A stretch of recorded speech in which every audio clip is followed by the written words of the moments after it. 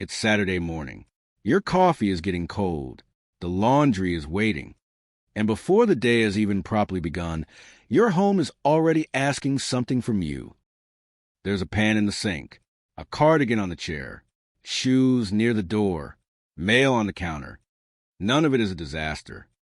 But together, it can feel like your whole weekend has already been assigned. And perhaps that is the part nobody says out loud. For many women, the house is not dirty. It is simply always waiting. Waiting to be wiped, folded, sorted, carried, remembered, and dealt with. But what if a calmer home does not come from cleaning harder? What if it comes from making your home ask less from you? A Japanese author named Hideko Yamashita built an entire philosophy around that question. Her idea is called danshari. It is not really about having an empty home. It is about releasing the things, habits, and unfinished decisions that quietly pull energy from your life. Today, I want to show you how a few Japanese-inspired rhythms can help you get something precious back. Not a perfect home, but your Saturday morning. By the end of this video, you'll have 5 small shifts that make cleaning lighter, plus a gentle 7-day reset you can begin without turning your whole life upside down. Because the goal is not to become someone who cleans all day. The goal is to become someone whose home no longer steals her time. The quiet lie about housework. For a long time, women have been handed a quiet little lie about the home. The lie is that if your house feels overwhelming, you simply need to try harder, wake up earlier, make a longer list, buy more storage, save Saturday for the real cleaning. And when you still feel tired by noon, you begin to wonder whether the problem is you.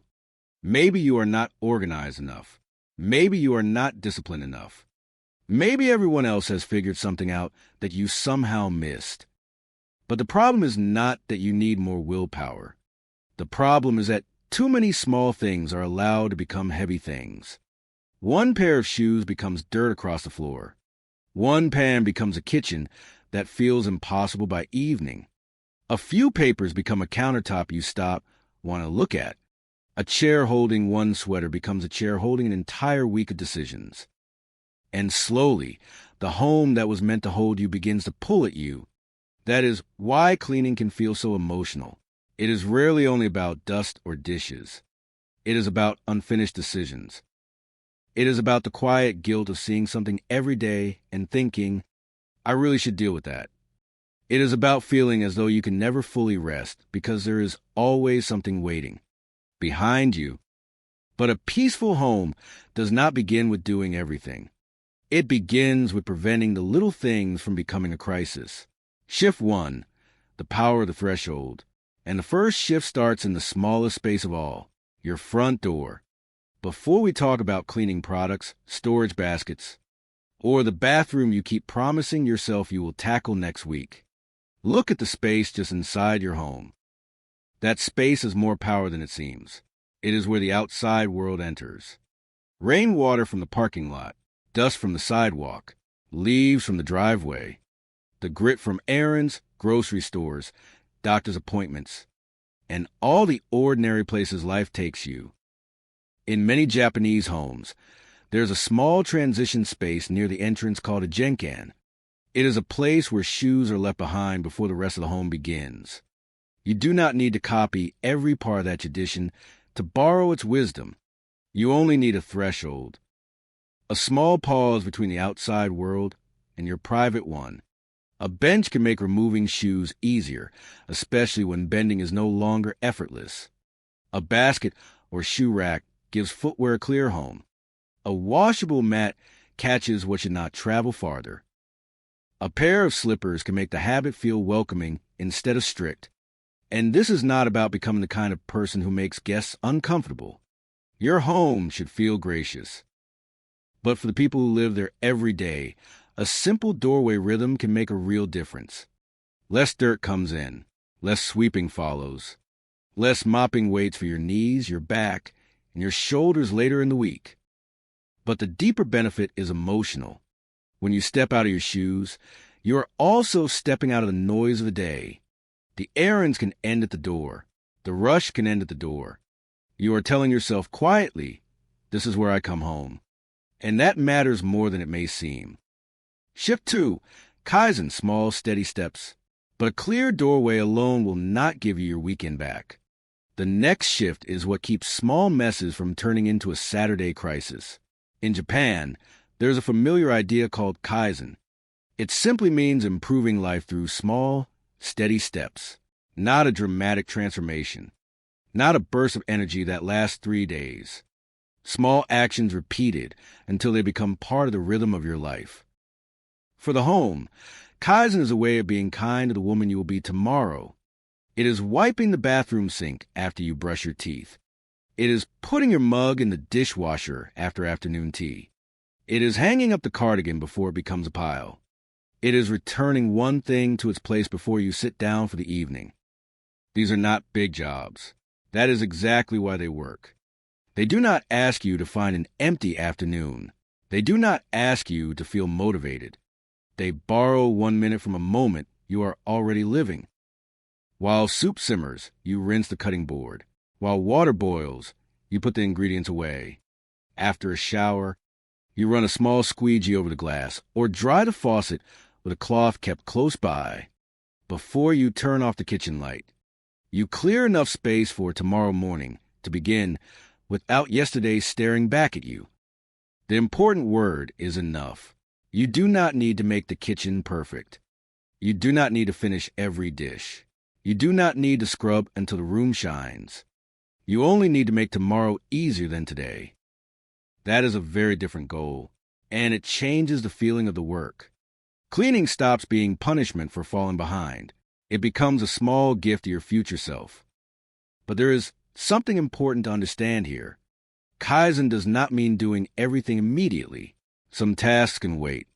Some tasks are physically demanding. Some things are better handled once a month, once a season, or with help from someone who loves you. You do not need to prove strength by making every task harder than it needs to be. The question is not, can I do it all right now? The question is, what is the smallest thing I can do now that will make life easier later?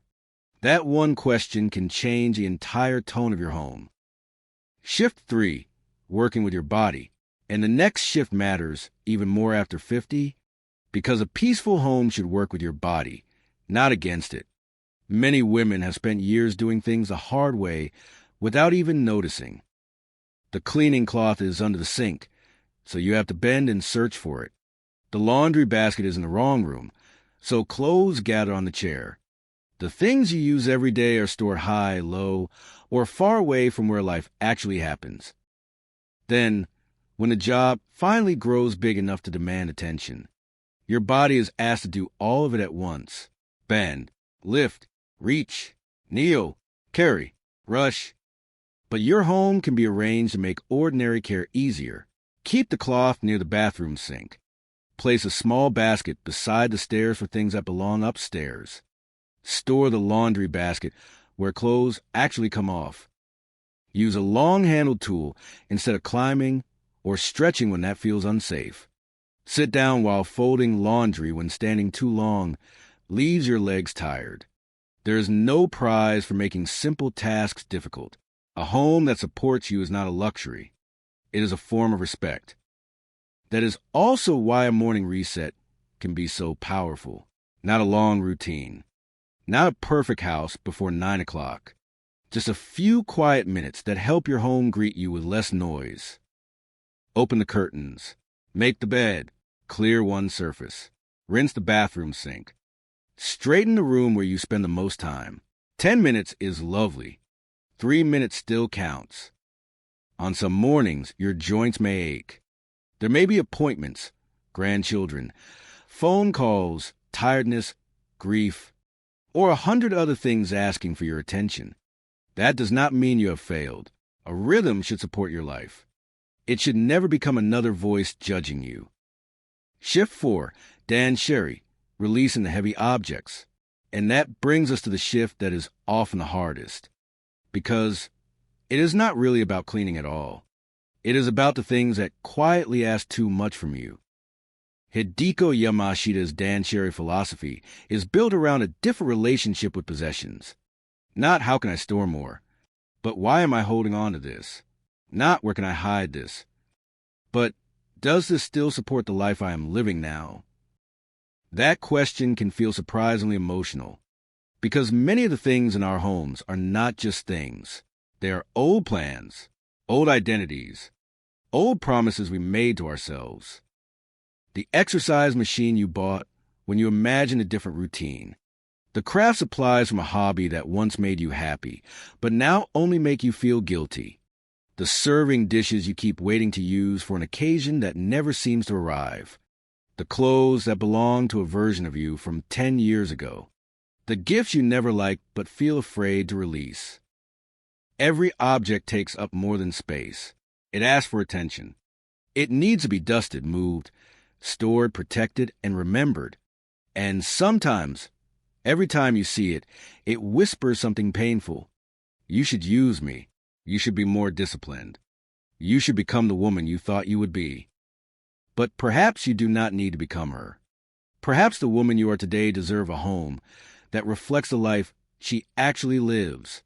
That is where Dan Sherry becomes more than decluttering. It becomes an act of honesty. It gives you permission to look at an item and ask, does this still support my life today? Not, was this expensive? Not, would someone else think I should keep it? Not, who was I when I bought it? Just, does this support my life today? Sometimes the answer is yes. Keep it, use it, display it with love. Sometimes the answer is no, and letting it go may feel less like losing something and more like setting down a bag you have carried for too long. You do not need to empty every closet this weekend. Please do not. Start with one shelf, one drawer, one small corner that makes you sigh every time you look at it. Choose 5 things. That is enough. Because the real win is not an empty cabinet. The real win is realizing that your home does not have to keep every version of your past alive. Shift 5, the daily evidence rooms. And once you understand that, the kitchen and bathroom become much easier to face. These are the 2 rooms that collect the evidence of daily life. The kitchen gathers breakfast dishes, mail, groceries, medication bottles, reading glasses, crumbs, bags, and all the little pieces of a family moving through the day. The bathroom collects watermarks, towels, toothpaste bottles, and small signs of life that can quickly turn into a job you avoid. The goal is not to make either room look untouched. A home should look lived in. The goal is to make care easier than avoidance. In the bathroom, keep one soft cloth where you can reach it easily. After washing your hands or brushing your teeth, a quick wipe around the faucet can prevent buildup from becoming a larger project. After a shower, dry the glass or fixtures when you have the energy, not because you must do it perfectly every time, but because small care is often gentler than delayed care. In the kitchen, let cleaning live alongside cooking. While something simmers, put ingredients away. While the kettle warms, rinse the cutting board. When dinner is finished, do not try to create a magazine kitchen. Just make morning easier. Load or stack the dishes. Wipe the counter. Clear enough of the sink that your first cup of coffee does not begin with a reminder of last night. Maybe the sink is not empty. Maybe the floor still needs attention. Maybe there is laundry somewhere waiting. That is okay. A peaceful home does not mean nothing is ever out of place. It means the house no longer feels like it is demanding an hour of your life every time you walk into a room. The 7-day gentle reset. And now, let's make this simple. No giant decluttering marathon. No complicated schedule. No new personality required. For the next 7 days, try one small reset each day. Day 1, the soft arrival. Begin at the front door. Give shoes, keys, or bags one clear place to belong. You are creating a softer arrival home. Day 2, the breathing surface. Choose one surface that has become a landing place for everything. The kitchen counter, the dining table, the bathroom vanity, or the chair in the bedroom. Clear only that one surface. Let it breathe. Day 3, the helpful habit. Make one helpful habit easier. Place a cloth where you will use it. Move the laundry basket where clothes actually gather. Put a basket near the stairs. Create less distance between the moment you need help and the tool that helps you. Day 4, the gentle release. Choose 5 things that no longer support your present life. Old magazines, chipped mugs, a kitchen gadget you never use, clothes that do not fit the woman you are today. Let this be gentle. You're not erasing the past. You are making room for the life that is still happening around you. Day 5, the 2-minute care. Choose one task that takes less than 2 minutes. Wipe the stove after dinner. Put the mail where it belongs. Hang up the sweater. Rinse the sink. Then stop. The purpose is not to prove that you can keep going. The purpose is to show yourself that a little care can be enough. Day 6, the morning reset. Try your morning reset. Open the curtains. Make the bed. Clear one counter. Straighten one room. Let the house greet you with less noise. Day 7, the pause. Pause. Look around. Notice what feels different. Maybe the kitchen is calmer. Maybe the entrance is easier to walk through. Maybe you woke up without yesterday's dishes being the first thing you saw. That is not nothing. That is your home beginning to give a little energy back to you. A home that supports you. And that is the deeper truth behind all of this. A clean home is not a report card. It is not proof that you are keeping up. It is not a test of whether you are good enough as a wife, a mother, a grandmother, a daughter, or a woman who has spent so much of her life caring for other people. A calm home is support. It is a kitchen where your breath settles instead of your mind racing. It is a chair by the window that is ready for you. It is a Saturday morning that belongs to you again. Maybe there was a time when you could spend an entire day cleaning and still have energy left for dinner with friends. Life changes. Bodies change. Responsibilities change. And sometimes the kindest thing you could do is stop asking yourself to live as though none of that is true. You are allowed to make your home easier. You are allowed to keep fewer things. You are allowed to leave a task for tomorrow without carrying guilt into bed. You are allowed to choose comfort over appearances. Tonight, when the house becomes quiet, do not stand in the kitchen and make a list of everything you have not done. Choose one small place instead. The counter, the bathroom sink, the chair in your bedroom. Restore that one place. Then leave it there for yourself. Let it be the first thing you notice tomorrow morning. Not as proof that you finally have everything under control, but as a reminder that your home can change one small rhythm at a time. And perhaps a few weeks from now, you will wake up on a Saturday morning and realize something has shifted. Your coffee is still warm. You are not rushing from room to room. You are calling someone you love. You are taking a walk. You are living inside your home instead of constantly working for it. Tell me in the comments, which area of your home asks the most from you right now? The kitchen, the bathroom, the bedroom, or the entryway? And if you want more gentle, practical ways to create a calmer life after 50, subscribe and stay with us. You do not need a perfect home to feel at peace. You only need a home that gives a little more back than it takes.